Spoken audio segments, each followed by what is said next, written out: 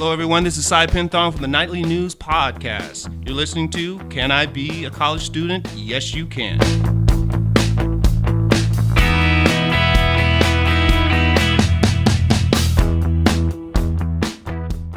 Hello, and welcome to the Can I Be a College Student? Yes, you can. Podcast show coming to you from the Nightly News Nasir Harris Podcast Studio here at the Summerdale campus of Central Penn College. I'm Sherri Long, and I am joined by three of my esteemed student colleagues to talk to you about our experiences and best advice for going to college right out of high school, as well as those of us who have returned or are starting our college career later in life. So let's go around here and introduce ourselves and share a little bit about our college life. And how about we start with you, Sai? Hey, guys. I'm Sarayuth Pinthong. I'm a corporate communications graduate. I graduate in May 18th. I'm a retired Air Force aerial combat photographer with public affairs. And in those 20 years, I've traveled all around the world. Hello, everyone. I'm Carl Morrow. My major is organizational leadership. I'm a retired Navy chief after plus 20 years. I work for a Class 1 railroad, and I'm here to continue on my education for a further career.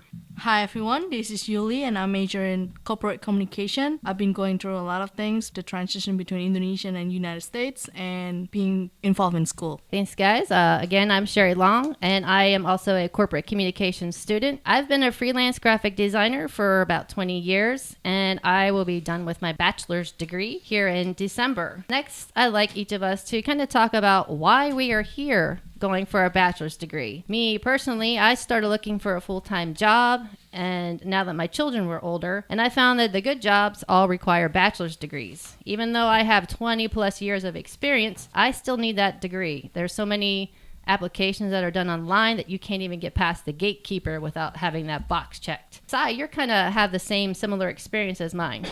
That's correct, Sherri. While I was in the military, my focus was perfecting the practical application of the craft as a photographer and a multimedia person. There's so many different ways to do one thing when it comes to telling a story. Unfortunately, without a degree, it's difficult to compete. Carl, you're not looking for a new career. Rather, you found that you can't be promoted beyond a certain level without that bachelor's degree. That's right, Sherri. Right now, I work for a company that's hiring people right out of college with degrees. I got a lot of experience from the military, but I'm trying to excel and make myself more potential for promotion and those things like that. I've come to find out that I don't have what they have. I don't have that little BS symbol behind my name.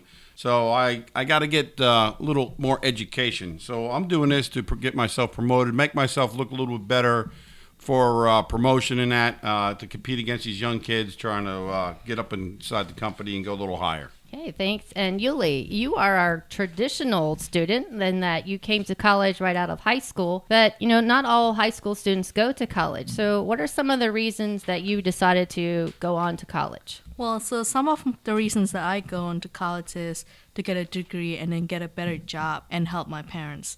And I also want to motivate others, and I realized that even though I want to motivate others, I needed education, and I want to be a successful individual and examples to others.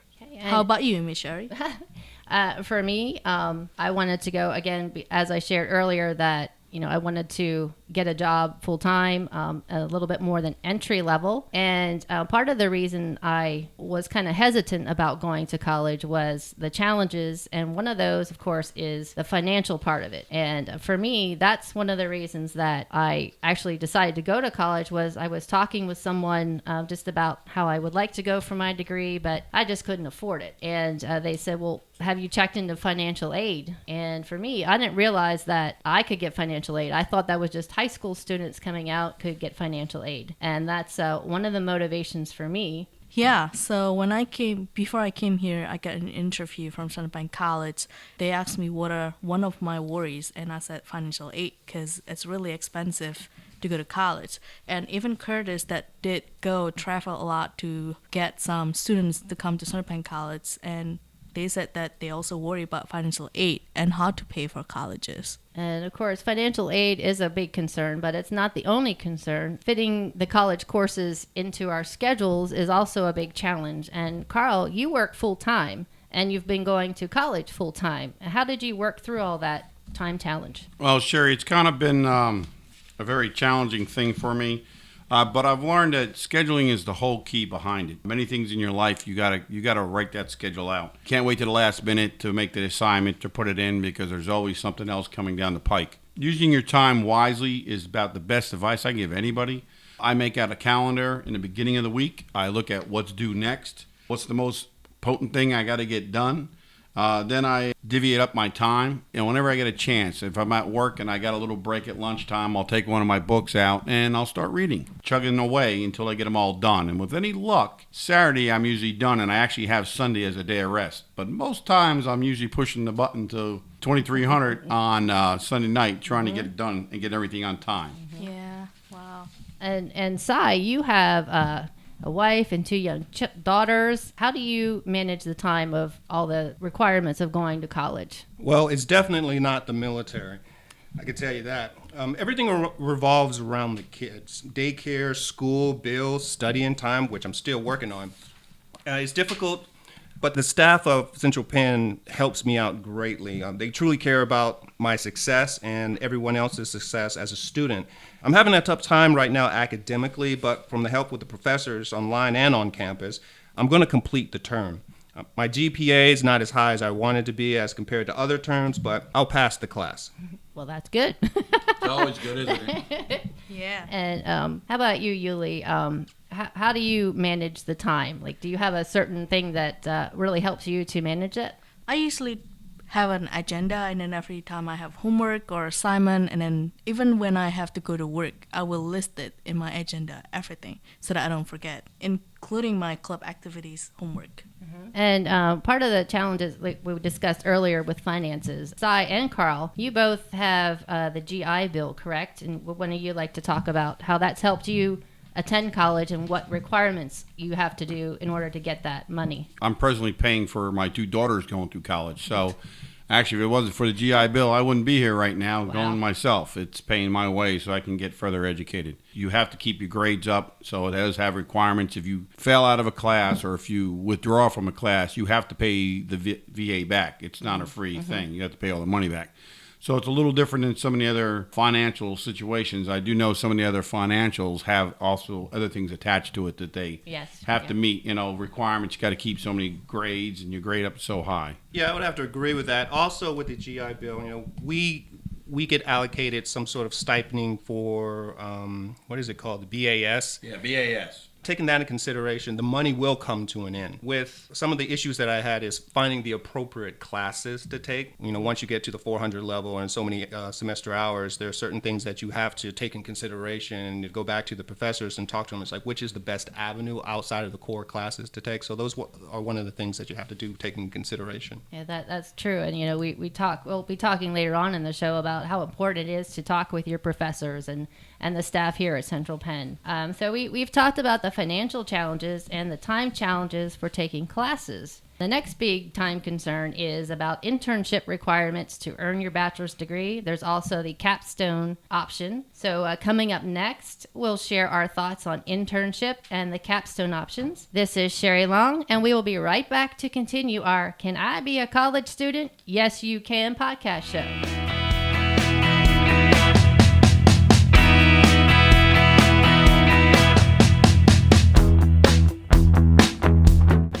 Hi everyone, this is Yuliani Sutedjo, and you're listening to Can I Be a College Student? Yes, You Can.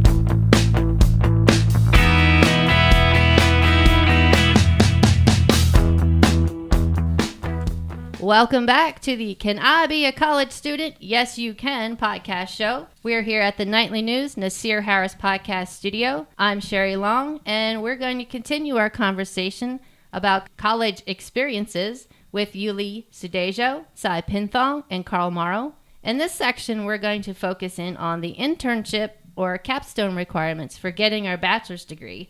And I'd like to start us off because I have completed my internship and just kind of share about my experience with that. When I was looking to get my bachelor's degree, one of my concerns was also completing a 180-hour internship requirement for a bachelor's degree. I was worried about how in the world am I going to complete an internship, which I figured would be like 40 hours a week, a full-time job, and still do my freelance work because I still need to pay my mortgage and be a mom, a single mom, 2 teenagers. So that's another factor I had to think about. And the first thing that I did was I researched about the internships to see what was out there. There's different companies, different schedules, different responsibilities, different timelines, and I asked a lot of questions. I asked my professors about what they recommended, who they knew, some options that they think would be good for me. I also met with Steve Hassinger of Career Services to get his feedback on, how do I go about getting an internship? Where do I look for it? And both the professors and the Career Services said that the most important thing is to start looking for your internship early.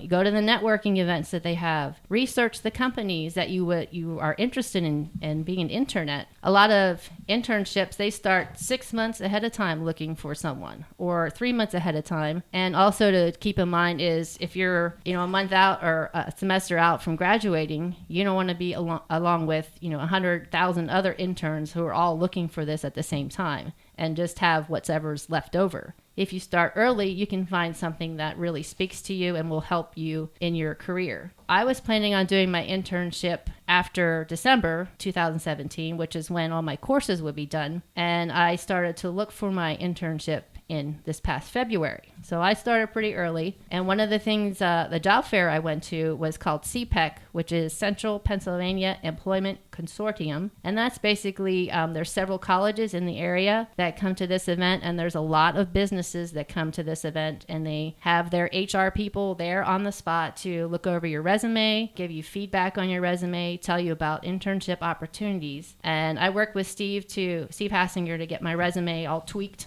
And at the top, I had that I was a corporate communications student and I was seeking an internship, what I thought would be in January 2018. And so I just went around to all the businesses there at the tables, gave them my resume, told them what I was doing, what I was looking for, and just getting feedback from them. As a corporate communications student, there's not a lot of businesses that are, hey, we're communications. So you have to go to each one because each business has some kind of communication or marketing. They have brochures, they have social media, they have websites, they have training manuals. So I just went to everybody and gave them my resume.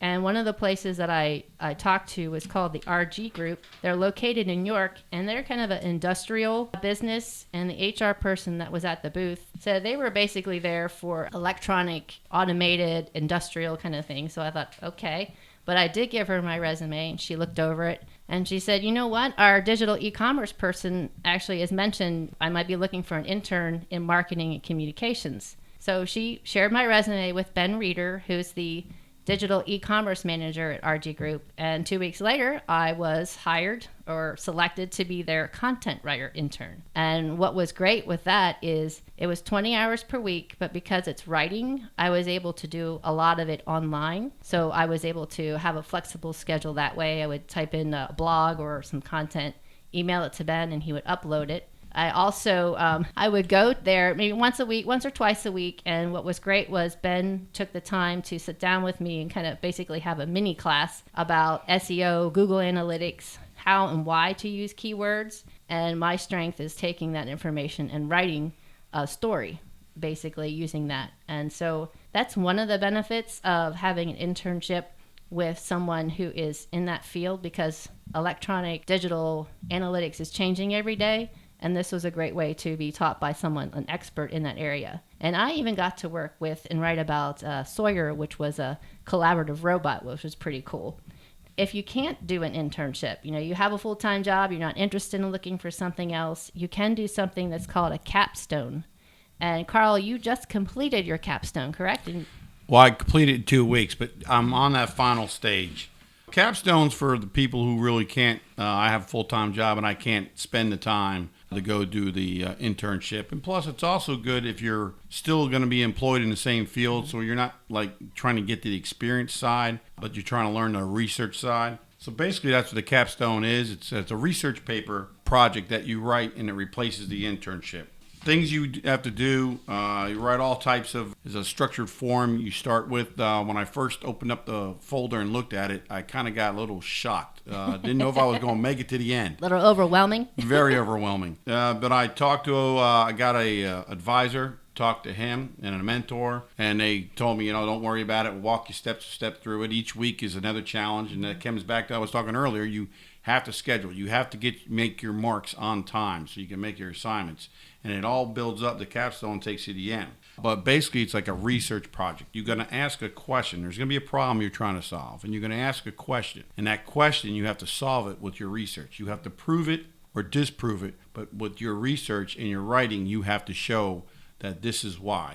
I personally I worked with Six Sigma at work, and I chose a question: can Six Sigma affect the bottom line of a company? So I took that question, and then I started doing my research.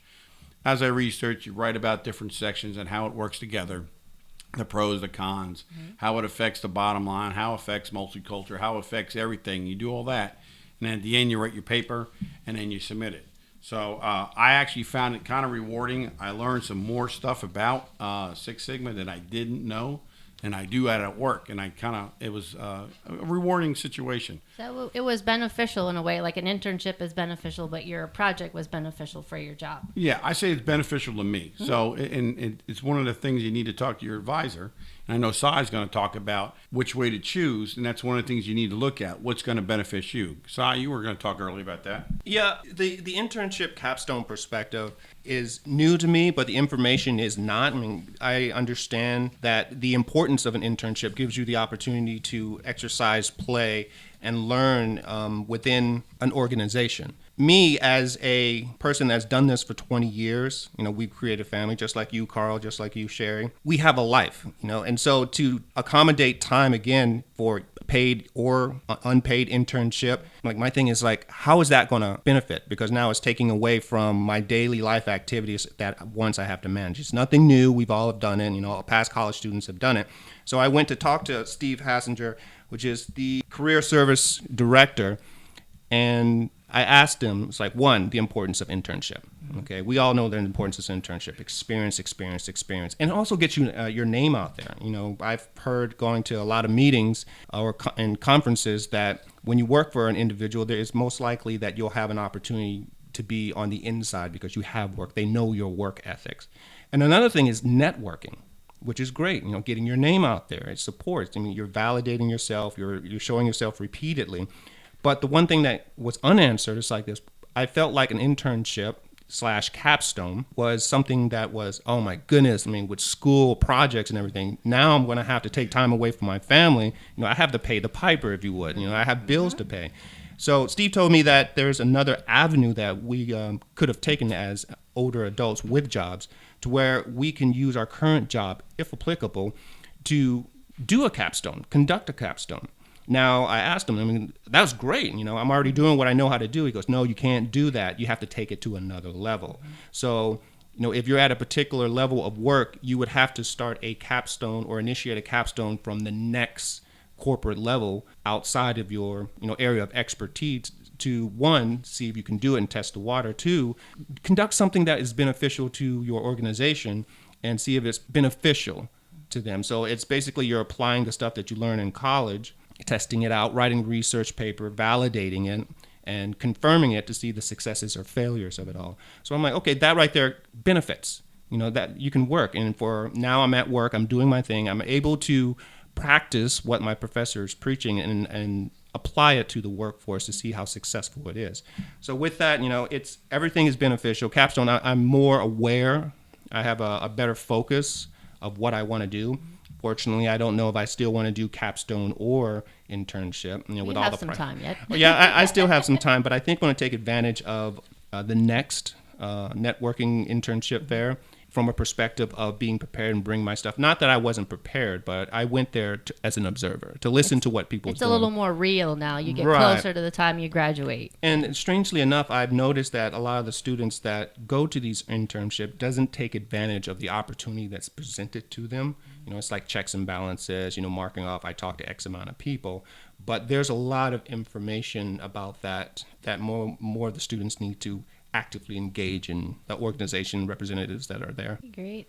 Thanks for sharing that. And one thing I also heard was if you have an internship, you work somewhere full time, you can do an internship with that organization as long as you do, as you said, something else besides outside of your realm. And the company also has to agree to filling out the evaluation forms that go along with the internship. So there are some options, and again, that's just asking some questions. And Yuli, you just started an internship, correct? Yes, I have, and I was just there this morning. Well, what we're going to do now is take a short break, and when we come back, we're going to talk with Yuli about her internship and also how she stays motivated. That's something that's very special to Yuli. So after this short break, we'll come back and talk about staying motivated.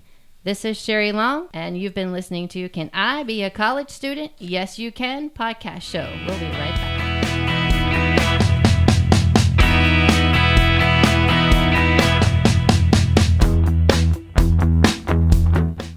Hello, everyone. This is Carl Morrow. You're listening to Can I Be a College Student? Yes, You Can.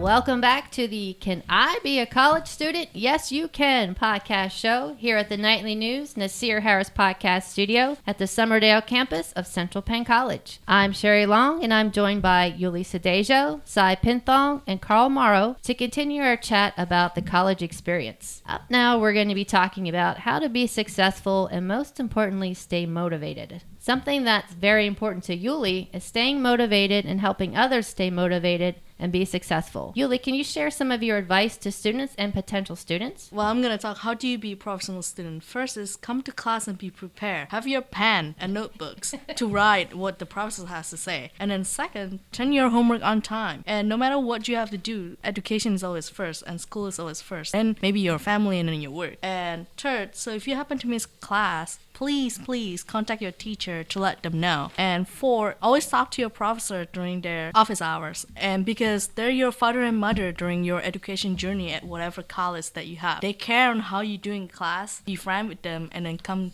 to their office hour. And one thing we were talking about earlier, Yuli, is being involved in something more than class. Yes, you talk to your professors, and some of the professors are advisors for various clubs that we have here on campus. And you were sharing that that's also important. Definitely, because being involved, you get to learn and, you get to experience the soft skills that you didn't get from class, because the class is hard skills that you have to know for your field when you go to work. So getting involved in club campus, you will be able to get the soft skills that you needed to be organized, being a leader and lead others, and then working in a teamwork with other people. That's a great point. And Sai, you are involved with the Nightly News here on campus, and you also agree that that's important to be involved in other things than just classes. Yeah, that's exactly true. My thought and the point is don't wait to practice what you're taught in college. It's like, because of this, let me read some statistics for you guys. It's like 2016 article in Money.com magazine, college graduates makes up the larger percentage of the workforce. And that breaks down to bachelor's being 36%, associate's degree being 34%, and high school graduates being 30%. Now, how does that factor today? Well, today, the unemployment percentages, because everyone's concerned about the unemployment. According to the 2017 U.S. Bureau of Labor Statistics, 5.3% make up the high school graduates. 3.8% of unemployment, folks, these are these small numbers, make up the associate's degree, and the bachelor's degree make up 2.5% of that unemployment rate. And so I don't know about you, but I would rather be the smaller percentage of that. So the importance of having a bachelor's degree is important. But while you're in college, use the time while you're in college to exercise what your professor has taught you. College is the time to make the mistakes that are not detrimental to because you have your advisors, you have your peers, you have your friends to say, hey, did that video, did that story, did that soundbite sound, horrible? And he's like, yes, it did. It doesn't really hurt your feelings. And if it does, learn. Such is life. Just delete it and start again. Take the time in college to perfect your craft. That's one of the things that my peers of the military told me. It's like this: look, go out there and make your mistakes. When you're making mistakes, these are the mistakes that you made because I'm more experienced than you. You made this mistake. But don't just stop it. In order to completely perfect that craft, you have to go out there and do it again. Many of our professors in the corporate communication, which is writing, because I never thought that it would be easy to write 600, 700, 800 words, just sitting on the couch. Now, going back and copy and editing, that's something I'm still working. But you have to continuously write, practice, go out there, and whatever craft you're doing, you have to go out there and repeatedly do it while you're in college. College is the perfect environment for you to do that. And most importantly, this is, sometimes people dismiss this, even myself sometimes, have fun doing it. It's like, I am a storyteller from a multimedia perspective. I'm perfecting being a part of someone's life visually, audibly, and with the written text. And that's a powerful thing. It's like, I've always considered myself a Gemini. I'm a knower of one, master of one, knower of all, kind of stuff, because I get a glimpse of people's life when it comes to storytelling. So for everyone that's out there, whatever your profession is, whatever your major is, make sure you're going to have fun doing it, because believe it or not, you still have the time to switch. I think Yuli has fun. She's involved with pretty much everything here on campus, aren't you, Yuli? Yeah, definitely. And I really have fun during my college time here, and I only have a couple more term left. But here's something, if you don't believe it, Curtis Volker, actually, I was interviewing with him and talked to him, and he says that, this is a direct quote, so open quote, there's a lot more to school and life than simply going to class or going to work and then heading right back to your residence hall, end quote. So you gotta take your time and then, also see what is in school, what can you do, what can we do together as part of your journey in college to do something. Yeah, and being involved in the different clubs too. Yeah, you talk to people while you're in class, but being involved in clubs and coming to different events, you get experience interacting with people as well. And Carl, by the time this podcast comes out, you will have completed your journey for your bachelor's degree, so congratulations. Well, thank you. So how did you manage it? You made it through. How did you handle going full-time and being a full-time student, and you're still standing? I wondered that myself sometimes, but it's a lot of, and Cy brought it up, there's a lot of support on this camp. I've gotten a lot of advice. When I first got here, I'm not a comm major, nowhere near it. I'm not any major, okay? I'm a business person. One thing that I was taught right off the bat in my first term, Dean Vicklis, I had him for oral communications. And he said, the best thing you can do is just write. I can't stand writing. But he told me, write. When you go to do your paper, just write. Don't worry about spell check. Don't worry about the grammar. Sit down and let the thoughts flow. And just type, and let it go. And then go back and look. And that advice has probably got me to the finish line, because I can't stand projects. And where Cy was saying, I'm writing 1,500 word papers, and I thought I'd never get there. 300 words to me was scary, but now it's there. So you got to put your head down. You got to keep going. I've had a bunch of hurdles. I actually had to, because of my degree is no longer available, the organizational leadership side, I had to drive to Lancaster 2 different terms to get the classes I need, because they weren't offered here. So you have to have the dedication. You have to put the time in. Put the head down. You can do this. I'm a prime example. Definitely. You can do it. But like Yuli says, you got to be the motivation. You got to motivate yourself, your family, and there's people on this campus that will motivate you. There's professors. I stick at math. Professor Hurst. If it wasn't for her, I probably would have quit terms ago. Yeah, and that's part of talking with your professors and reaching out to them and asking questions. And that's something that Sai, you were saying earlier about ask your questions. Don't just try to figure it out on your own. The resources are there. It's very important to ask the question. It's like, I'm a firm believer that the question unanswered is the stupid question. And I have a whole bunch of questions, and I'm still asking questions. Yuli, earlier we said that you just started your internship, and do they encourage questions, or are you just starting, you haven't asked any questions, or do you go in and just ask questions every minute? Definitely. I always ask questions every time if I need to do something else, something new. I need to know what is next, and then also what is going on in the project itself. Definitely. Yeah, and that's my best advice as well, is ask questions. That's how we gotten to this point, each and every one of us here, and that's how you can find out information and be motivated with others. And unfortunately, that's all we have time for right now. If you have questions or comments, please send them our way in the comments section of our show notes. We'd love to hear from you. For Yuliani Sutedjo, Sarayuth Pinthong, and Carl Morrow, I'm Sherri Long. Thanks for listening to Can I Be a College Student? Yes, you can.